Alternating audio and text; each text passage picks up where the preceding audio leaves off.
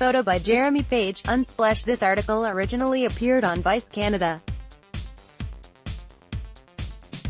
Across the Western world, there is a rising epidemic of depression and anxiety, one that disfigured my life for over a decade. For years now, the United Nations has been trying to warn us that these problems are continuing to spike up, in part because we have, as a culture, been responding in the wrong way. In its official statement for World Health Day last year, the UN explained that we need move from focusing on chemical imbalances to focusing on power imbalances. At first glance, this sounds puzzling. What could they mean? For several decades now, we have been taught to see our deepest forms of pain, our depression, our anxiety, as primarily problems with our internal brain chemistry, some missing serotonin here, some missing dopamine there. This is how I was told to think about my depression by my doctor. But the UN's leading medical figures have warned that this view is biased and selective use of research outcomes that cause more harm than good, and must be abandoned. There is, they claim, a different way of looking at this problem, one that offers meaningful solutions. It was in Canada, in the 1970s, that one of the keys to this new way of thinking was first discovered. The Canadian government chose a town at random, Dauphin, Manitoba, a small town on the prairies, to conduct an unprecedented experiment. A large number of the people in the town were told something surprising. From now on, it was explained, we are going to give you the present-day equivalent of $16,000 CAD, $12,424 USD today. There is nothing you have to do in return for it, and there is nothing you can do that means we'll take it away. You are a citizen of our country, and we want you to have a good life. Then they stood back to see what would happen.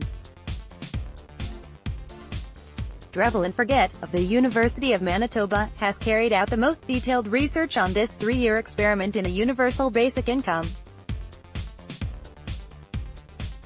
Many important things happened. There were significantly fewer low birth weight babies, because mothers had better nutrition, people studied more and longer, hardly anyone gave up working, but some people turned down lousy jobs and held out for better ones, so overall work standards in the town improved.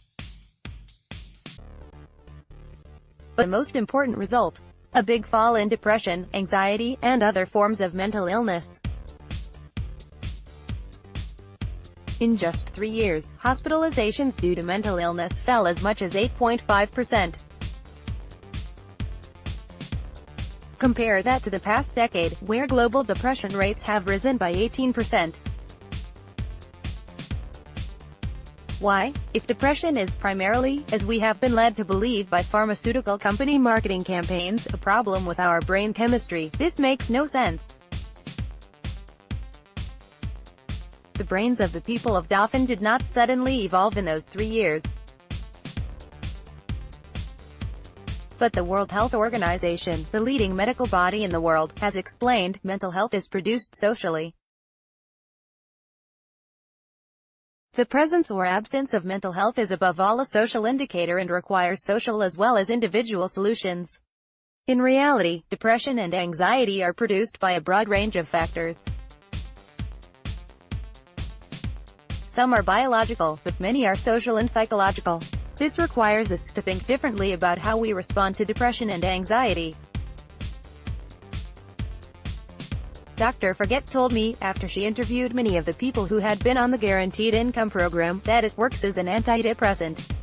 Severe financial anxiety is one of several factors which has been proven to cause depression.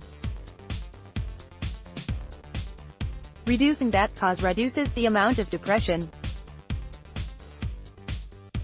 All over the world, I hunted for alternative antidepressants that should be offered alongside chemical antidepressants, and I kept seeing this key insight that had been discovered in Canada in the 1970s. The most effective strategies for dealing with depression are the ones that deal with the reasons why we are in such pain in the first place.